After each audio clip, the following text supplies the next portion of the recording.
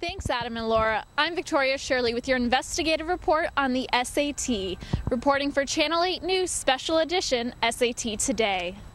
The SAT is taken by millions of students across the United States every year and is an important aspect in the college admission process.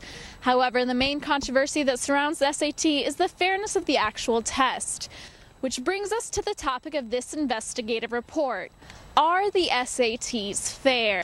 When it comes to the college admission process, some think that grades alone should determine whether a student is admitted to college or not a standardized test. After all, everybody goes to elementary school, middle school, and high school. But are all schools created equal? The answer here is no.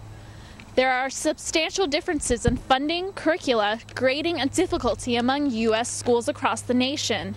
The high schools that Newsweek ranked in the top 1,300 last year offer better quality education and tougher classes than do those schools in states with failing school systems.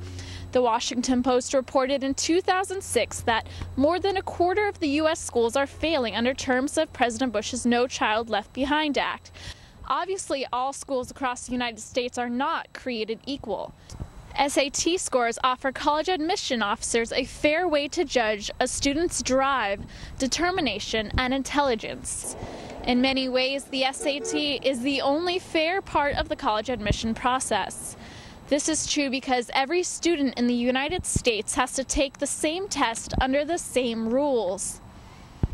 I spoke with the director of guidance at Warwick High School, Kenneth Galloway, to see whether he thought the SAT was fair.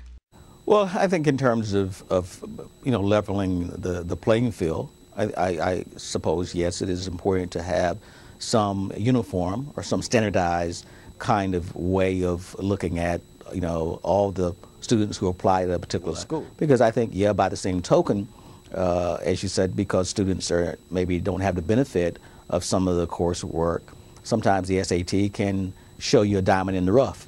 For that particular kid. So I think it's important, to, as I said, look at more than just one variable, and make a decision based on what's in the student's best interest.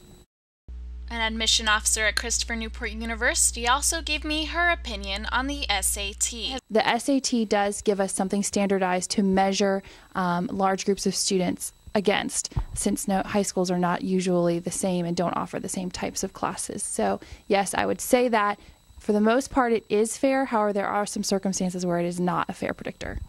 In conclusion, are the SATs fair? We report, you decide. Back to you, Laura and Adam.